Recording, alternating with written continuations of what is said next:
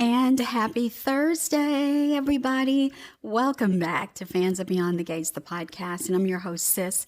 And this is our recap review discussion of episode 155. Let's do it. Y'all, today I'm going to play several audio clips, more than I typically do, because I had a little bit more time today than I typically have. But I want to tell you, because our show was heavy on Ted today, I had several outbursts.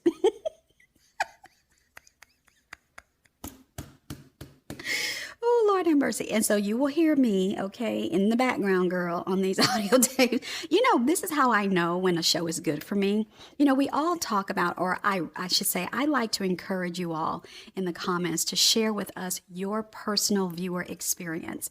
You know, those are the best comments to me because all of us are watching the same show, but we're all, certain things are standing out to some of us that aren't standing out to others and vice versa. And that's what makes a great conversation about a show. When people are sharing their own personal viewer experience, you're like, oh, I didn't see it from that perspective. Oh, that's a good point. You know, so it just makes it lively. So I'll tell y'all something. When my viewer experience is good is when I am talking back to my TV. That's when the story has me involved, and y'all know it don't take much, okay? But Ted was so messy today, y'all. I'm telling y'all, Ted is going to love going between Carlton and Nicole, spreading the tea, okay? And so anyway, so that's what happened. So be prepared, girl. So let's go ahead and start with naked. Oh my gosh, Naomi and Jacob. I'm trying to combine those two names. So y'all, Naomi is at home and so is Jacob, and she's getting ready to head out the door. She's just putting her stuff in her bag. And he's like, hey, oh, what, you going to work already? I made you some overnight oats, right? As a post-birthday, surprise. I have to say that was a shout out to overnight oats. I don't know if any of you guys have ever made overnight oats or you eat them. I eat them on a regular basis. I have to say I'm the only one in the house that really likes them. But if you've never made them, I'm going to put one of my favorite recipes for you guys in the comments. It's not like cooking them over the stove. You cook them, you let them cook on their own. And it's a good way if you have any kind of digestive problems because you can pre-digest. Anyway, it's a whole process, but a scientific process, food science process, but it's excellent. But not everybody likes them. I'm telling you, not everybody likes them. So I was like, oh, okay, somebody on the writing team has is very health minded because only you have to be in a certain space to know about overnight oats. And so anyway, so she's like, no, thank you, I don't have time because I'm trying to get there before Dad. And he's like, what? Bill is going back to the office already? And y'all know Bill literally just got out of the hospital bed. 3, 2, 1, and go. It's like, are you kidding me? Y'all, literally, Bill just got out of the hospital. What was it? It's been no more than 2 days. And so anyway, so she's like, yes, I'm trying to convince him, that he didn't need to be there. I've got everything at that office under control. And then Jacob tries to explain to her, babe, your dad's got something he's trying to prove, And I think that was a great point because Bill did die twice on the operating table. They told us his heart stopped twice. And we know it, that, at Bill's age and stage of life for that to happen, he needs to get to work to prove to himself that, there's some, you know what I mean? We understand that he needs this, and so, but Naomi don't understand it. By the way, Naomi got on my last nerve, okay? Y'all know how Heather sent a text yesterday on yesterday's show saying TikTok. That's about how I feel about this character, Naomi. Girl, TikTok, okay, I'm waiting. I'm counting down the days till they either write you off or something because Naomi's been getting on my nerves a lot lately. But anyway, nothing to the actress, It's just the character sometimes is annoying to me. But anywho, girl, so he sits down, he just says to her, talk to me, you sound irritated. And she's like, I'm not, I'm ticked off, I'm pissed because Haley should be basically doing a better job. She should have tried to convince him to stay home. Y'all, Naomi has no clue. This girl don't care about your daddy, girl. She could care less. She want him to work himself, into the grave. So anyway, so she says that she's going to do her best when she gets there to convince him that he doesn't need to be there, that he has a home office that he needs. And so he's like, okay, good luck because your dad is very, very stubborn. So then they take us to Bill. Y'all, Bill is back in his office. Y'all know how Tymon plays this character, right? He does such a fabulous job as Big Bad Bill Hamilton. He's, just feeling out himself. He's feeling himself rather. He's sitting in his chair, I'm back to normal. And y'all, in comes June. He's like, June, oh, it's a surprise to see you. She's like, well, you were not who I expected to see. I went over to Naomi's office. They told me she was over here. And he's like, well, I know I'm not the person you came to see, but, is there something I can do? And she's like, I cannot afford you. And he's like, well, I've got a special going today. She said, ain't even a special ain't gonna help. And he's like, well, how about a free consultation? And she takes him up on that offer, and she explains that she has a friend named Lucy, y'all. Lucy has an autistic son, and they live in a rent-stabilized housing, place. Unfortunately, this company has come over and is taking things over and is now trying to raise the rent. And the company is Von Urban Holdings. And he's like, what? Oh, I know the man who runs that. And so in essence, he listens to June explain kind of what's going on and that her friend cannot afford any increase in the rent. She can barely afford the rent now. And Naomi, she wanted to tell Naomi all this because Naomi focuses on tenant rights, or that's one arm of her law firm. And so she knew that she'd be able to help.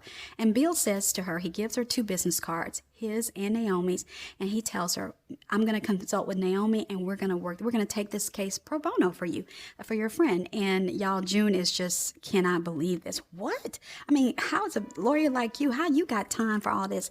And he explains that, there are good things and sometimes you got to make room for good things. And so I really, really like this. So Naomi comes, y'all. Hey, Dad. And he's like, hey, y'all, Bill got a pep in his step. He's so happy to be back in the office. And she's like, Dad, you just had. So Naomi launches into this whole thing of trying to convince Bill, y'all, go home. You've got a perfectly good home office. You don't need to be here. I've got it all under control. And then he's like, I know, but, I need to be here, the doctor, he didn't say the doctor cleared it, but in essence, he says he's feeling just fine and he can do this. Well, as they're getting ready to, her to update him on all of the cases, he says, well, before we do that, I need to tell you about our newest case. And so we don't see them conferring necessarily over June's case, but later, when they take us back to that scene, he has brought her up to speed. And she's like, okay, I'll take the case. And he's like, yeah. And he puts his fist out, for a fist bump. And she says, on my own. And he's like, wait, what? Basically, you need me.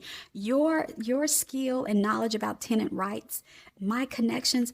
This is June's friend Lucy needs the 2 of us to win this. And he's like, and I'm right. You hate when I'm right. And she's like, I know you're right. And so they begin to strategize on what's the best angle.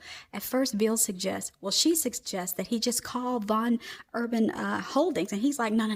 This man is different. He doesn't like for anyone to suggest him do the right thing. We're going to have to basically strong arm him. We're going to have to take this thing to court. And so they are going to be putting their heads together. Y'all, poor Tomas.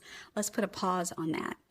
Let's go to Tomas. So Tomas and Kat, y'all, were sitting up at the country club having breakfast. And they're talking, and he's like, he brings up this whole thing with Naomi and Mike and Madison's case. And Kat is like, you know what? Let's not go there, because they had an argument about this last night, because y'all know Tomas has been trying to get Kat on his side to talk to Naomi to get her to back down and basically leave Bill's law firm in essence. And she is on her cousin's side. And so she was like, you know what? I think I already told you what I think about that. And he's like, yes, you told me that, in essence, I shouldn't have interfered with the case Naomi had with Mike and Madison. And she's like, you remember we had that argument? And so he's frustrated, and so is Kat. And then Kat gets a notification on her phone. And she's like, oh, I've got to go. And he's like, what? What about the smoked salmon and scrambled caviar? And so she's like, didn't you just leave me at the breakfast the other day at the country club? He's like, yeah. And she's like, but this is Mom, and I've been trying to get a hold of her and to meet with her. And he's like, but can't you just do that over the phone? Can't you talk to your mom on the phone? And guess what, y'all? Kat is like, no, I've got to go. And so, y'all, we see Tomas sitting there looking so forlorn. He is, you know what? As I was saying, on one of the other recaps, it's obvious to all of us, including Tomas, Kat has lost all interest in Tomas. I think for all the trouble they had, I do think since this was Kat's first serious relationship, and we know she was a virgin when she met Tomas and she lost her virginity to him, I think, in every, for all people, you do have that one relationship that really is more of a transition type relationship. Now, sometimes that relationship turns into ever after, happily ever after. But generally speaking, for most, not all, but for most people, it's just the bridge relationship between young adulthood and adulthood. You learn so much about yourself. You learn about people. You learn what you want, what you don't want. And that's what this relationship with Tomas has really been for Kat. She learned what it was, learned what sex was. She learned how to enjoy sex. She learned how to have an orgasm. Remember the closet scene? She learned a lot. She learned how to give and take in a relationship. And we had heard from everybody that Kat was always so spoiled and so selfish. And that was a huge problem for, she and Tomas in the very beginning. And then they worked that out. And so now that Kat has kind of gotten on the other side of everything, she really is just not interested in Tomas. And I don't think Kat has come to that realization yet on her own, but Tomas is definitely feeling it. He's feeling the cold. And so she leaves, and y'all, he's sitting there. He's just playing with his food. And then Eva, who's come to the country club to go to a workout class, she's getting ready to walk by, to go to the back of the country club, and she looks in there and she sees him. And then she walks up to him. "You want to talk about it?" she says. Let's put a pause on that and we'll come back. So after Izaiah leaves Eva, he meets with his brother Jacob up at the Orphagines. And so they're there getting acquainted, just kind of getting caught up. And June comes over. "Hey, ooh, look at the Hawthorne guys, y'all handsome, brothers or whatever." And so she gets their order and she brings their food. And they just get to talking, y'all, and like I said, get caught up. Izaiah tells Jacob, y'all, that, he is really concerned because now his mom is wanting him to bring Eva to Sunday dinner. And he just doesn't know if that's going to work. And he's like, "Oh, you think mom's going to, kind of, go back to her old ways?" And he's like, "No, no." And he was like, "Oh, so you think it's going to be dad?" And so he's like, "No, it's that house, man."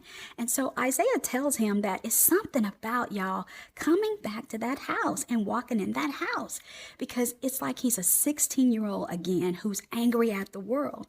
And he's like, "I've told Eva how I used to be. She knows. She even knows about me blowing up at you and Naomi's wedding, but she's never actually seen me in that mode.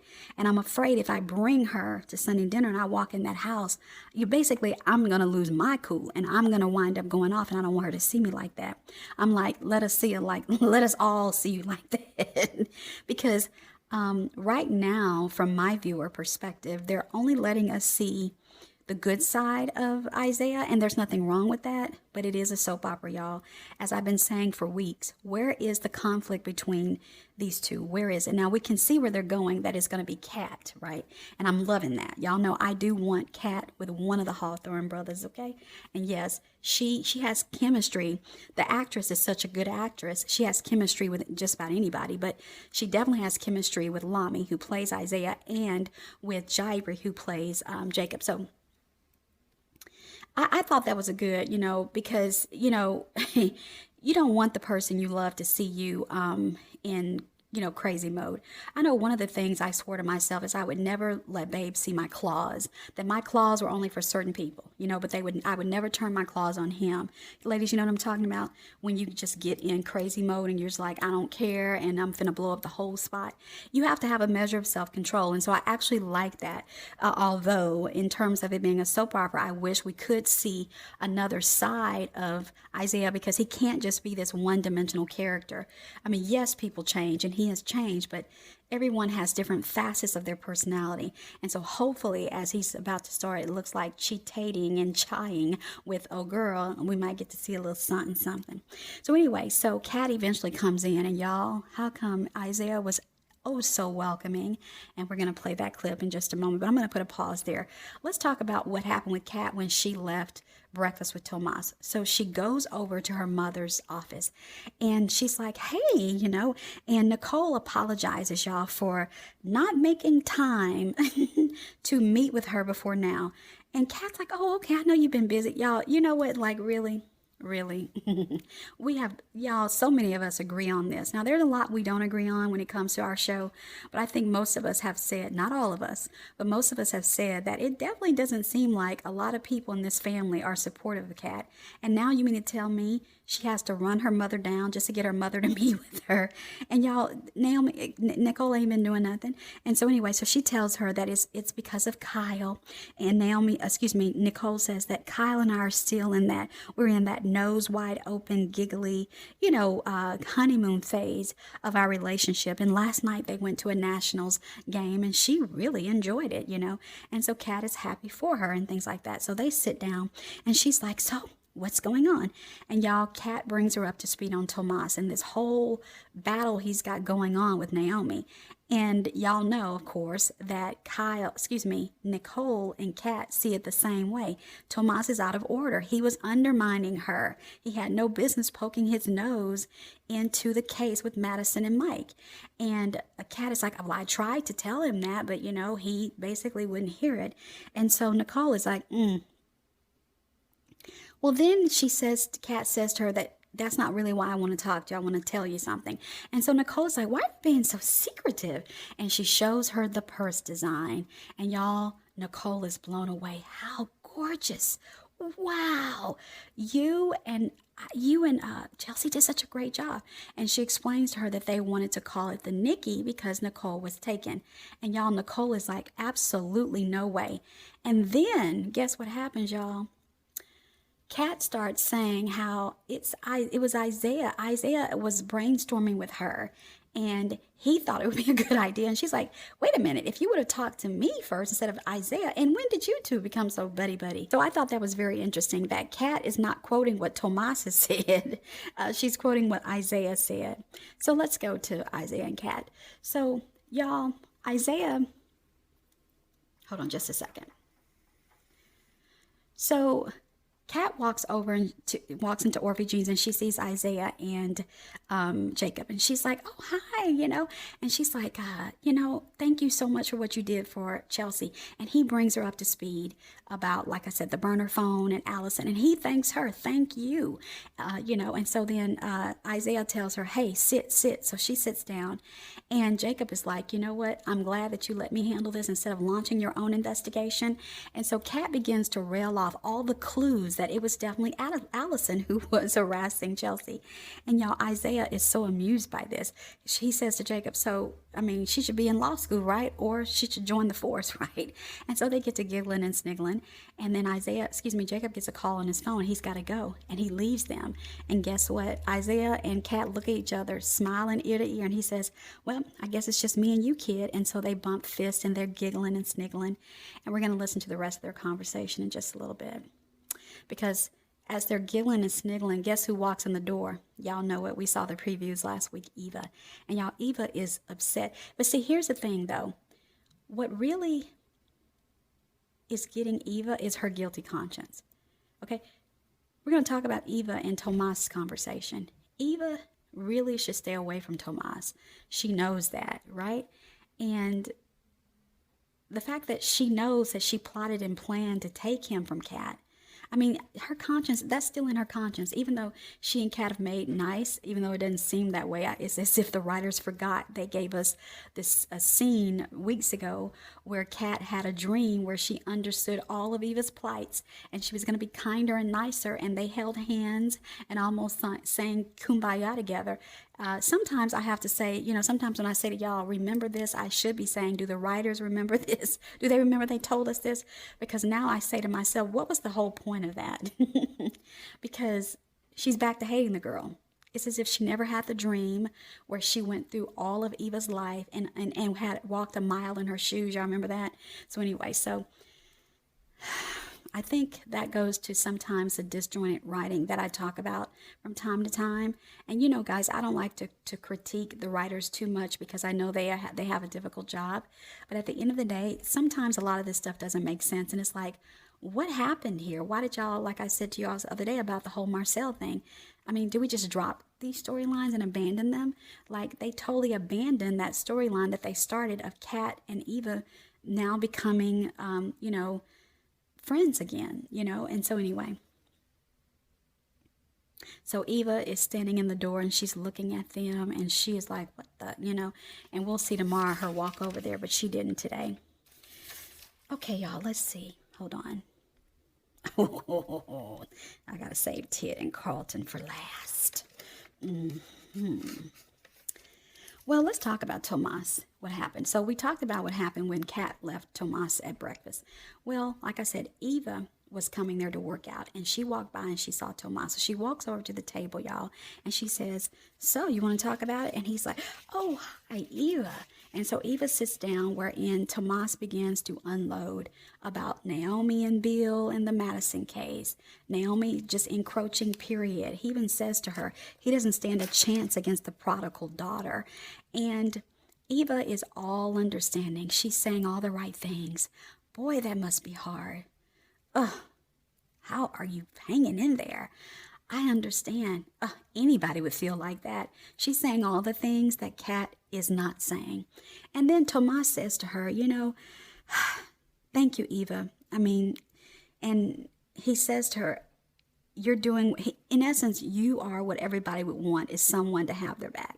Because that's how Tomas is feeling, that Kat doesn't have his back, right? At one point, he begins to bring up his problems with Kat, and she's like, oh, we're getting into territory we shouldn't get in. Remember, we promised to not talk about you and Kat and y'all's problems. And he's like, yeah, we did, didn't we? But yet and still, he still wants to talk about it, and she has to say it again, y'all. He tells her about the, going to Puerto Rico and how his mama was like, and grandmother, I would say, his abuelita, was asking about, when are you and Kat why aren't y'all engaged? And she was like, and what did you say? And he was like, well, I didn't have the nerve to tell her that I had tried to ask her, and she basically turned me down, and now I'm the fool trying to still make this relationship work. It's like, yeah, Tomas is over. And Tomas should have walked away after she turned him down, right?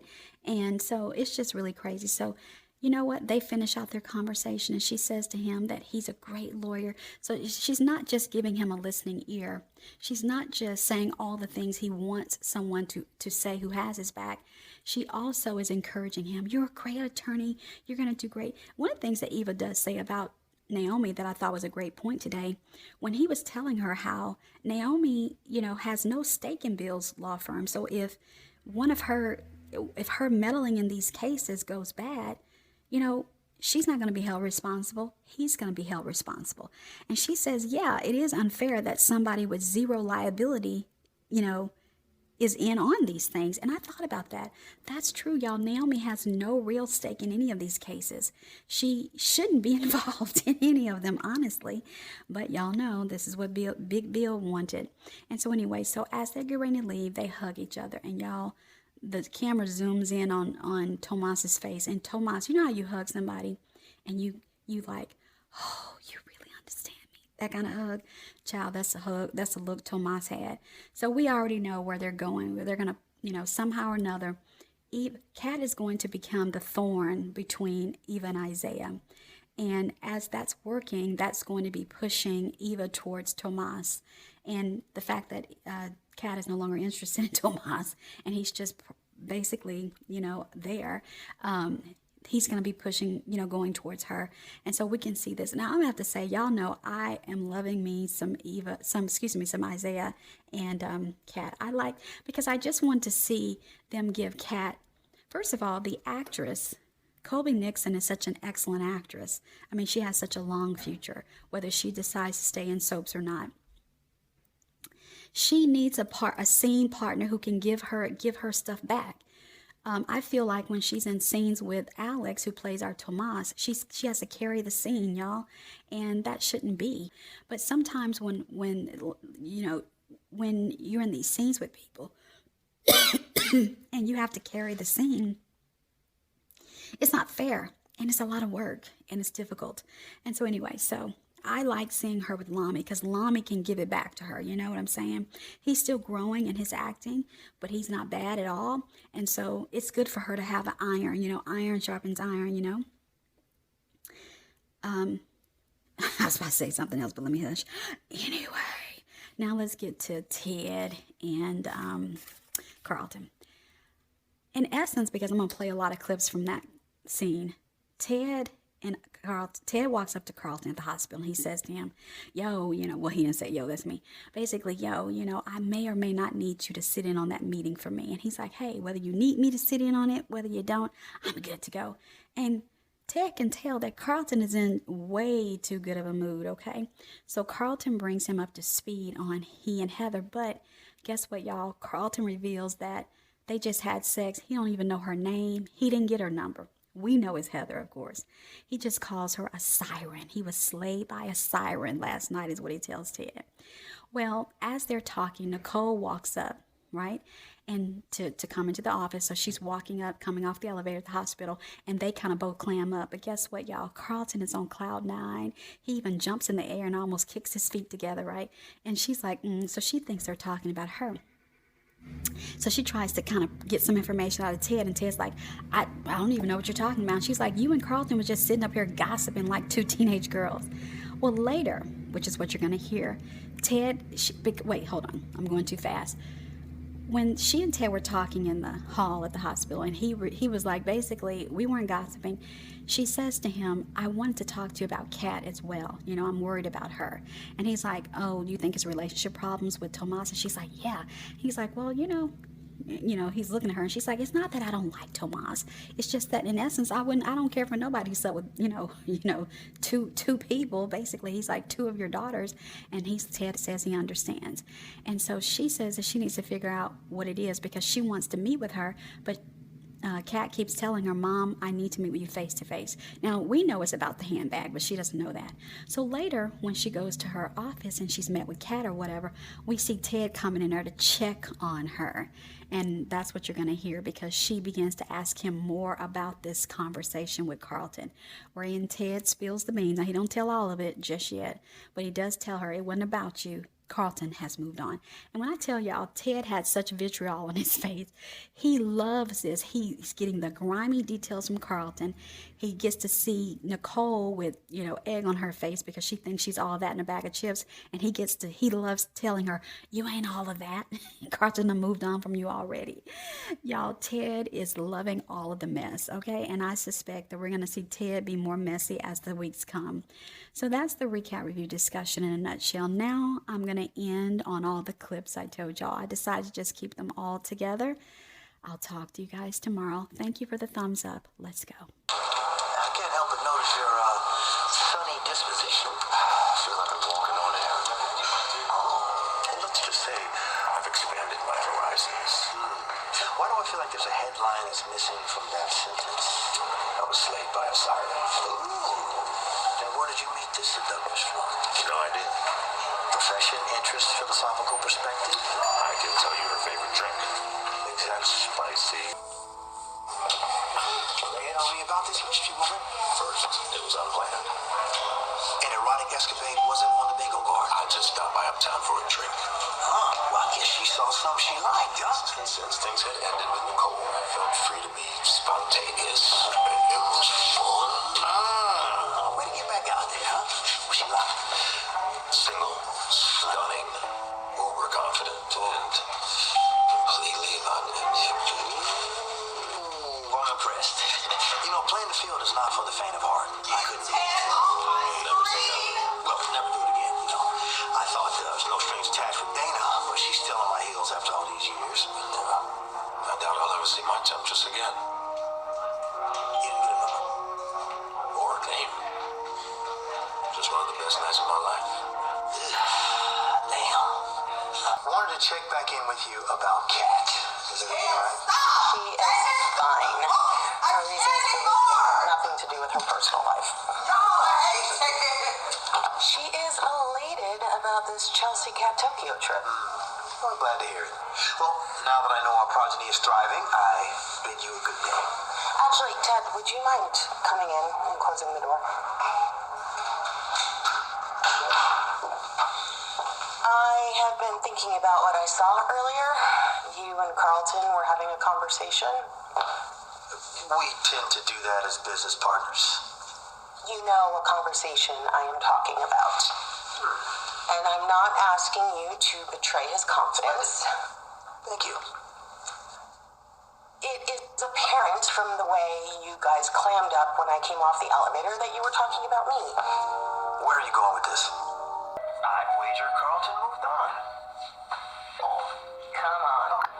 We're launching the new bag next month, and we're scheduled to start promoting what won't be the Nikki bag right after that. I wanted this settled before Chelsea and I leave for Tokyo. Let's brainstorm that. First word that comes to mind when you think of your mom. Go. My mom is a hero. That's a good one. But hero bag is already taken. That's okay. We can run with that idea. Now, there's a long list of black women superheroes. What about Shuri? Or Ramonda, the Queen of Black Panther? Or even Nakia? That's too close to Nikki. You got Storm, Valkyrie, Vixen. Oh my gosh. My mom would get a kick out of hearing that you think we should name our new bag Vixen in her honor. Yeah. Right. Well, yeah, no, that would be grossly misinterpreted. Not a good look. Are you blushing right now? No. You are. Stop.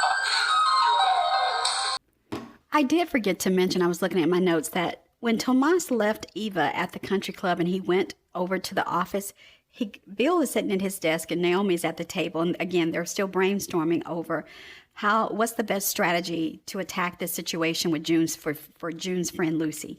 So Tomas comes in the office. He's like, "Hey, Bill." Well, first he says, "Naomi," and she's like, "How are you?" And it's very cold between the two of them. And then he goes to Bill. Y'all, Tomas is expecting this huge reception from Bill. He's so excited. "Well, hey, Bill, it's good to see you back in the cell." And Bill is looking very irritated. He's like, "What can I do for you, Tomas?" And Tomas feels the cold wind. He's like, "Oh, and so Bill was like, basically, what?" And so he's like, "Well, we have that meeting about that case." And Bill's like, "You know what? Let's go ahead and push that back to lunch. Right now, Naomi and I got our heads together. We're trying to brainstorm about a new case." And of course, Tomas is left out of this new case. He doesn't even know what Bill is talking about. And so he's like, "Oh, well, okay." And so he walks out of the office and they show us a shot of Tomas standing in the hall looking very, very frustrated. Okay, guys, I'll talk to you later. Bye.